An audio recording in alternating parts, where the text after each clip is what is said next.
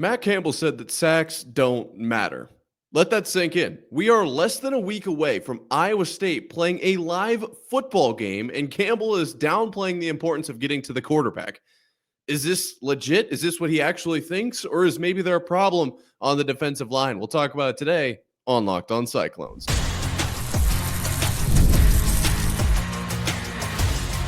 You are Locked On Cyclones, your daily podcast on the Iowa State Cyclones, part of the Locked On Podcast Network, your team every day. Welcome into Locked On Cyclones, part of the Locked On Podcast Network, your team every day. Shout out to you for being here every single day, making this your first watch or listen of the day. I appreciate it more than you know. Whether you're watching on YouTube or listening on your favorite podcasting platform, be sure to hit subscribe so we can prove once and for all that it is, in fact, a Cyclone state. Today we're talking defensive line, then we're pivoting towards the uncertainty of starters. Who's starting for Iowa State? We literally have less than a week, so we might need to figure that out. We'll talk about that in the second segment. And then finally, we're going to round things out, talking a little bit, just because Campbell spoke last week. What are the expectations? What does a successful season for Campbell look like? What has he done in the past, and what could he do this season? What would be a good season for Iowa State? We'll talk about that to round things out. Can't wait to dive into all that and more. But first, today's episode, is brought to you by Game Time. Download the Game Time app, create an account, and use code LOCKEDONCollege for $20 off your first purchase. So Matt Campbell saying that the defensive side of the ball not needing to get sacks was a little bit shocking to me. Just the way that he was like so chill about not really a big deal. Like, are people worried about who has most sacks at the end of the year, or are they worried about who has the most wins? It's like, okay, well, I'm sure people are actually pretty worried about the number of sacks that people have at the end of the year. But I do understand what you're saying. Like, at the end of the day, it's really all about the wins and losses. And, in his press conference that he had late last week, this wasn't a super big talking point, but I thought it was big enough when he mentioned a couple of breakdowns on his philosophy on this. And to me, it's starting to come across as if, like, Iowa State is completely okay with not getting sacks. And when I think that might be the case, my mind it's one of two things. The coaching staff really does not think that we need to get sacks to be successful. Okay. Or two, they're actually trying to make it seem like it's going to be okay if we don't get sacks. Now, the question is, does Iowa State care what people think about their defensive line? I don't really think so. I think that really what it comes down to is, are they getting wins and losses, or are they getting wins, or are they losing, essentially? So I'm not thinking that this is like some PR stunt for them to kind of soften the blow. Like, hey guys, look out. We don't want sacks this year. Actually, we're totally cool with just we don't really want to hurt the other team's quarterbacks. All right, we don't want to be known in that way. And that way we don't get any sacks. That way everyone's like, oh yeah, no, they talked about this. This was part of the plan. I'm not saying that's necessarily the case. Although it's like something that's on my mind because of the way that this is being chatted about. I personally thought that the defensive line last year needed to get to the quarterback more, needed to cause more disruption. This could just be a difference in philosophy because Campbell is talking about in this presser, the integrity of the pass rush, essentially. If you're gunning for sacks really hard, you might give up some rushing lanes, and you might allow an Avery Johnson to break down field. This is possible. And I'm not going to act like I'm a defensive coordinator here. I'm not going to pitch, this is what I would do, because to be completely honest, I am terrible at defense on college football 26. I am. I'm getting scored on way too much. The individual adjustment of the middle linebacker to a QB spy is something I do way too often. I don't think that's the answer.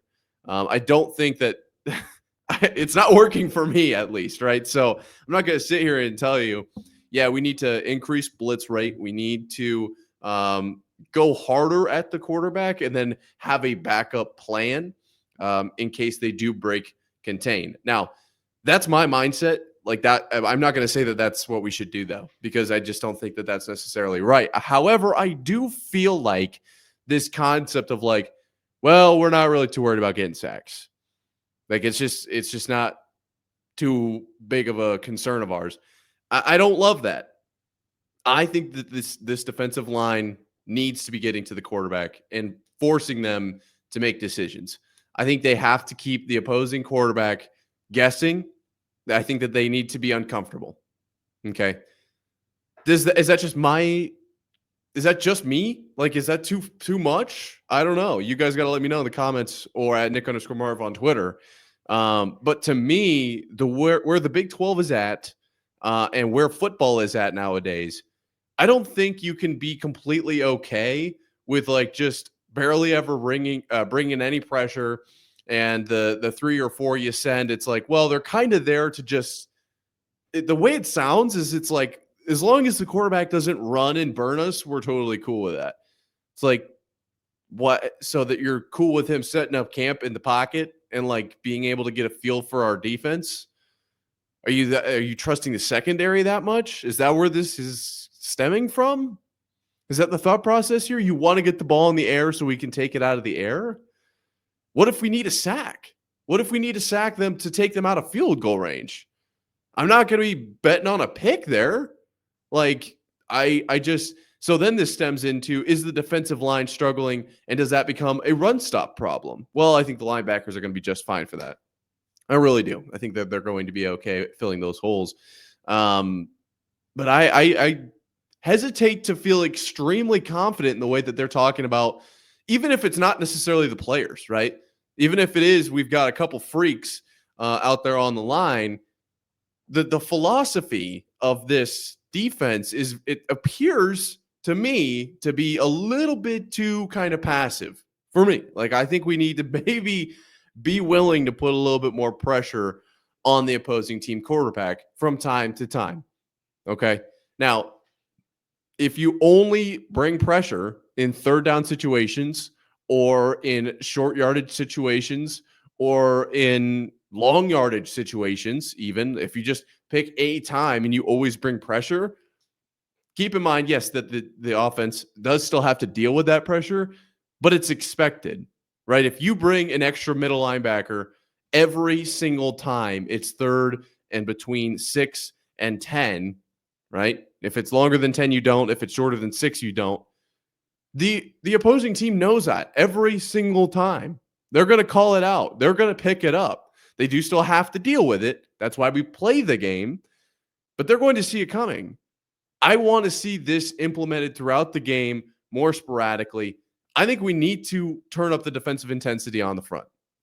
That's just me. So when this was thrown out, like, yeah, it's like not a big deal. We don't need a bunch of sacks. Like, we're trying to win games. Well, sacking the opposing team's quarterback helps you win games. And I get it. You don't want to get burnt in some man coverage where Avery Johnson's able to tear off a 60-yard gain, right? 16, 60, you pick it. You don't want either of those. So I understand that, but maybe we don't rush 5 and leave everyone else out on Revis Island. Like, what are we, you know what I mean? Well, maybe we just strategically play a little bit more zone if we're going to, like, especially against a rushing quarterback, or we have to keep them in the pocket, right? We don't let them break contain out to the sides, force them up the middle where the linebackers are sitting in hook and curls. Like, I just, to me, don't love the concept of, well, we're not going to get a ton of sacks this year. Like, we're trying to win games. So don't worry too much about the sacks. They will come or they won't. Defensive line just going to go out there and try hard. Like, it's not exactly what he said, but it's how it came off to me. And I didn't love that. I didn't think that that's the right approach at all. I really hope that we see some domination from the defensive line this season. I think you need to have it, personally. That being said, I don't know if anyone is dominating right now at Iowa State football. I'm getting concerned. We're talking about that more coming up here right after this. If you're trying to stay on top of your routine, whether it's workouts, long days on campus, or staying focused through back-to-back classes, hydration is where it all starts, and that's where Drip Drop comes in. Drip Drop is doctor developed and scientifically proven for fast hydration. It uses the perfect balance of sodium, electrolytes, and glucose to help your body absorb fluids quickly, delivering 3 times the electrolytes and half the sugar of a leading sports drink. My personal go-to is the orange, kind of tastes like Tang, and it just game changer after a workout. I'm not even going to lie to you. Those electrolytes absolutely help me recover on another level. Right now, Drip Drop is offering Locked On listeners 20% off your first order. Just head to dripdrop.com and use promo code Locked On College. That's dripdrop.com, promo code Locked On College for 20% off. Stock up now as it is ridiculously hot here right now. I'm sweating as we record this. Let's pivot towards the team as a whole, because we've been talking about defense here at Locked On Cyclones, part of Locked On Podcast Network, your team every day, specifically the defensive line. But now it's time to talk about the entire team. And I want to take a second and realize it's game week. It's literally time to play football. Like, we are no longer in this weird June, July time frame where we're not exactly sure when. It just feels like football doesn't even exist. It's like this figment of my imagination that I remember, and anytime I see highlights, I'm like, oh yeah, that game's awesome. When do we get to do that again? And then the answer is, well, it's gonna be like 10 weeks. Like, that's too long. It's too long. No, we are less than 7 days from football. Actual, real, true, meaningful football. Like that. This game is so important to Iowa State, and we'll talk more about that here in this upcoming segment of what is the expectation for Iowa State, not only in this game but this season. But we are here. This is the time to get excited, and I am actually almost the opposite. I'm almost concerned, like nervous a little bit for Iowa State football. Yes, just as like a fan, pretty much the same way. Anytime that the special teams gets out on the field, anytime we're punting or receiving a punt, I'm always holding my breath a little bit. But also in the fact, or in the kind of the idea that we don't know who's playing. We don't know who's starting. Immediately, my thought process goes to, we don't have anyone dominating. Like, when Campbell was asked about like position groups that were kind of still duking it out, that were still working through who's going to be starting, he said offensive line, tight ends, wide receiver, defensive line, linebacker, corner, safety. To my knowledge, that essentially leaves off quarterback and running back. That's it? So we know 2 positions. And that's just what he said. I'm actually not sure who's going to be the running back or what that's going to look like, but it sounds like they've got it figured out. So I mean, the argument is that these groups are so deep and so good that we just don't know who we're going to start. And that's what I've been talking about this entire offseason. And I still think that that's true. I'm not going to like switch on a dime here. I do think that these groups are extremely deep, especially the tight ends and the linebackers. And what we're hearing about corner and safety as well. I think that these groups are very deep and very talented. And it's hard when you have, let's just, use a video game, for example. If you have 4 guys at 99 overall, the maxed out best they could possibly be, you still have to pick one. Let's say, you've got 4 99 overall quarterbacks. You got to take one out on the field. So which ones do you go with? I can understand that is a difficult thing too, but it's starting to get to the point for me where it's like, maybe we just don't have anyone that's like really good, like miles above everyone else in the room. And is that a good thing or is that a bad thing? I don't know. I would argue you want to have a guy like that just for the state of the football program, right? You've got something that everyone's kind of playing towards, some guy that can really push the entire team. If they're defensive line, obviously now the entire offensive line has to deal with a superstar player. That's not to say you can't be successful without one of these standout, just next level players. And I think Rocco kind of is that guy. So we do have a little bit of that guy like that. And Carson Anson and Abu Sama are kind of that same way too. So I'm not saying we don't have any of those, but when the entire roster is named for like positions that we're not really sure who's going out, literally the entire roster except for quarterback and running back, I start to get a little bit like, this feels like a red flag a little bit, like a little bit of a concern marker. And they keep saying, like, we don't know what this team is going to look like until like basically the first bye week. Why not? Like, I feel like we should be able to at least have a feel on some level now, like an idea. Let's just have a thought process of like, yeah, these guys are kind of here and these ones are here. And there's high probability that Iowa State does have that, and they're just not showing their cards right now. And obviously we'll get those availability reports this week, which is exciting. First time ever. And Iowa State's going to have to learn how to deal with that. And Campbell was asked about, like, are all the teams going to be like completely honest on that? And I didn't even think about that, because to me, it's like, yeah, obviously you're going to be honest. Like, that's how the game works. But I don't think, for one, that these teams really even care what the other teams are putting out. Like, they're going to go out and prepare for basically worst case scenario, in my opinion. It'll be a little bit different, based on every team and situation. But I think for most, they're not too worried about exactly who's out there. Like, you just got to go out and play ball at some point. And so that's kind of that's a portion of this. Maybe there is a little bit of gamesmanship here. But to me, there is other ways to answer this question and still have gamesmanship. That's what I'm thinking. And so if we're sitting here like, yeah, well, the offensive line's all just so good that we aren't really sure who's going to start. Our tight ends, they're all so good, we don't know who's going to get out there. Our linebackers are all so good that I just don't know who's going to be out there, who's going to start. Are they going to be rotating a lot? Or are they going to stay in the game pretty much the entire time? Like, those are the questions that are being asked right now. And it feels like that maybe that's a good thing. Maybe it is. Maybe it is. But I can't help but personally start to feel a little concerned.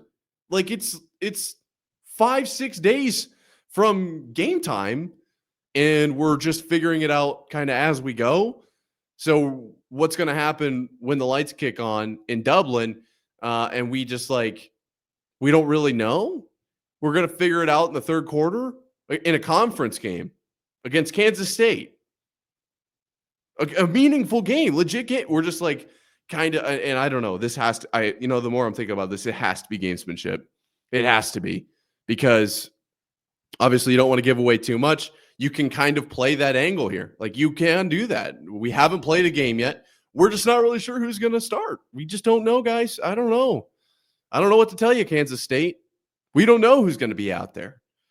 Maybe the more I think about it, that has to be the angle here, because there is no way that they aren't like, okay, we aren't exactly sure. In the next few days, someone really could shock us, but it's pretty likely that Caleb Bacon's going to be like 1, and maybe Will McLaughlin is 2.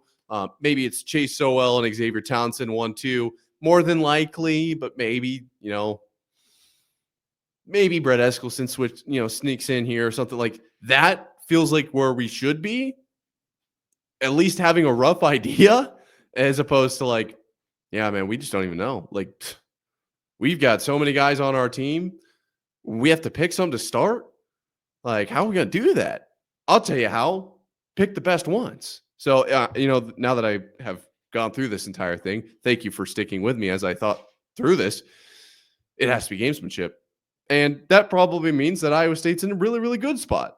We're totally going to come out, shock Kansas State, move on through these next 3 games after Dublin, be okay, because that's a very large concern right now, go into the bye week, and then we know who our team is. That's the way I'm looking at this. That's what's going to happen. That's good news. If you ask me, I am okay. Let me know what you think in the comments down below, or at Nick_Marv on Twitter.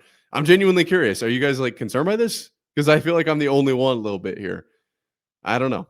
That's just me. We're going to talk a little bit, though, coming up on Matt Campbell's future. What does he need to do this season to be successful? Coming up right here after this. Have you ever decided at the last minute to head to a ball game with friends or family? Maybe it's game day and you suddenly realize you want to be in the stands. That's exactly where Game Time comes in. It's the easiest way to grab last-minute tickets without the stress. With the money you save on tickets, you can splurge on food, drinks, merch, or even invite a bigger group to come with you. Game Time makes it all possible and makes buying tickets fast and simple. Prices on the app actually drop the closer you get to first pitch, and they've got incredible last-minute deals, clear seat views, and a lowest price guarantee that takes the worry out of buying. My personal favorite feature by far is the seat view. I need to know. This is me personally, okay? I can't be guessing based on a little drawing of a map. I need to know exactly what I'm going to be seeing, and Game Time does that for me, which I appreciate more than you know. Take the guesswork out of buying tickets with Game Time. Download the Game Time app, create an account, and use code LOCKEDONCollege for $20 off your first purchase. Terms apply. Again, create an account and redeem code LOCKEDONCOLLEGE for $20 off. Download the Game Time app today. Last minute tickets, lowest price guaranteed. So Matt Campbell, going into year 10 with Iowa State here, has a little bit of an expectation, in my opinion. You're talking ball here at Locked On Cyclones, part of Locked On Podcast Network, your team every day. Last year, Iowa State obviously tallied up 11 wins. Okay, first double-digit win season. Iowa State actually, fun fact, still has not achieved 10 wins in a season. Or how would you even phrase that? Because they got 11 last year. Do you see what I'm saying here? Yeah, you could say that. Anyways, last season, very, very good season for Iowa State. I think put them on the map in a lot of ways. Obviously, people knew who they were, but second appearance in the Big 12 championship game against an Arizona State. Didn't quite go the way we wanted, but everybody saw it, right? Everybody knew who Iowa State was, especially in the fashion, kind of how the end of the season went, what it took to get there, how close it was, just as far as, tiebreakers and whatnot. Did they deserve to be there? This huge topic of conversation. Iowa State had a great year last year. And then you factor in on top of this team success, the individual player success, and now all the guys in the NFL. Iowa State riding high right now. And I do truly believe this is an up and to the right program. I think that we are absolutely trending in the right direction. And in the next few years, we could be looking at doubling up our championship appearances in the Big 12. Like in the next 6 years, I think we will have been there a total of 4 to 5 times. Currently, obviously, the total sitting at 2. So 2 to 3 years in the next 6 years. I truly think that Iowa State can make the Big 12 title game. We'll see what happens in those, obviously, and we'll have to see exactly how it plays out. But that's not guaranteed because we haven't found out. We haven't done those things. We have to actually do those things to have say we've done them. Now, the reason I'm saying all this is because when you look at what Iowa State did after 2020, when they went to the Big 12 title game, they went 7-6 and then 4-8 in their next 2 years, going 1-8 in the conference. Not a great look. Not a great look in 2022. So what does Matt Campbell need to do to meet expectations this season? Right? I think that's a pretty fair question. Personally, I do think that he's got a longer leash. I know that some people are thinking like, all right, well, now the expectations are higher. We probably need 8 to 10 wins. If you see a 6-win season now out of Campbell, this is a failure of a year. I do think that a majority of people would be okay with Campbell coming in at 7. I think 6 is too low, and it depends on the season, of course. If you're just riddled with injuries, Rocco, potentially we're not running Rocco at quarterback for whatever reason, any reason really. That's a major shift. You are coming off of losing 2 of the biggest wide receivers in program history. Like, I think that 7 wins is probably the spot where now we're like meeting expectations. I think Iowa State is still going to be lenient, and the fans are still going to be lenient, but there is a level of like, we got to make bowl game. We got to go to a bowl game. I think that we have hit that expectation now, in my opinion. It's just me. But 10 wins, like, I don't think anybody's expecting that. We hadn't ever done it before last season. And now you would expect that out of the program? I would say no. So then that puts you at what? 7, 8, or I guess let's say 6, because I think that not making a bowl game would be a disappointment. So 6 to 9 wins is probably right around that sweet spot. Where would you actually put it is up to you. I think probably 7. I'm going to give him a little bit of a longer leash because of the history that Matt Campbell has with this program. But I can see how some people would say, all right, we're at year 10. Like, what is the standard, right? Are we just okay with being at about 7 wins? Because, since 2019, 7-9, 7-4, 7-11. So we're kind of like up and down and around this 7-win mark. Is that what we're cool with?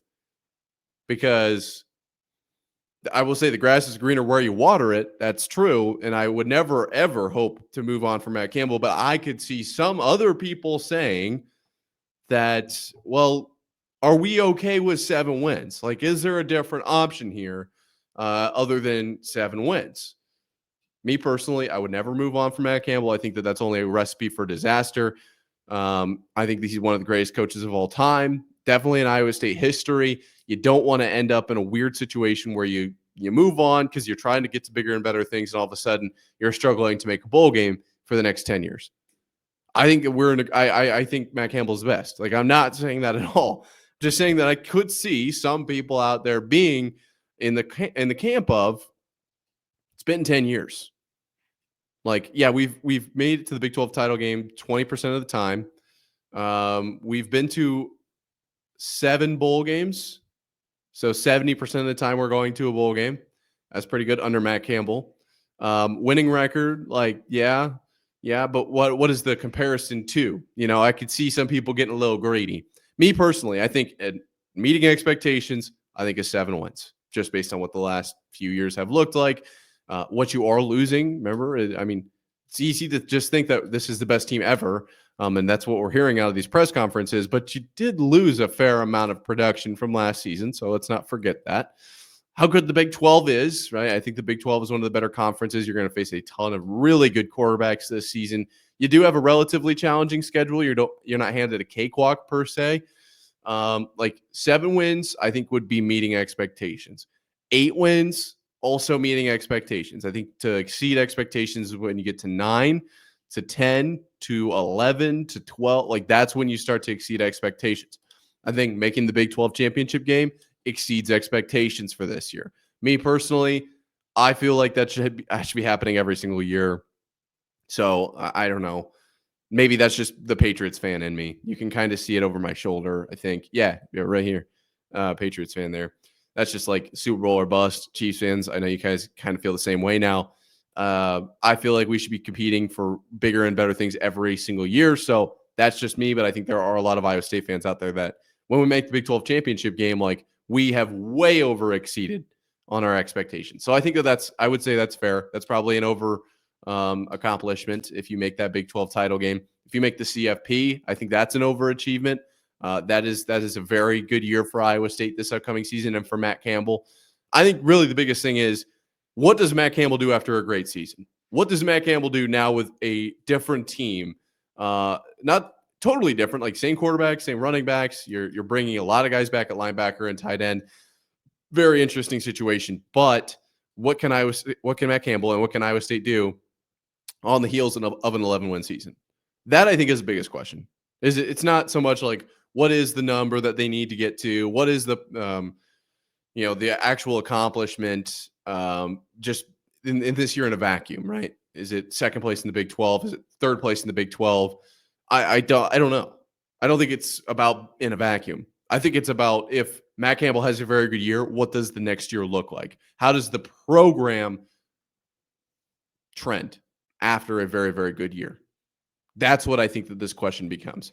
And I think if you trend up, like, then Matt Campbell's in a good spot. If you go down to 4 or 5 wins, that's trending down to me. And that's not a good spot to be in. Let me know. What do you think? Is this a little bit of a harsh evaluation on Matt Campbell this season, or am I being too soft? You can let me know in the comments down below or at Nick_Marv.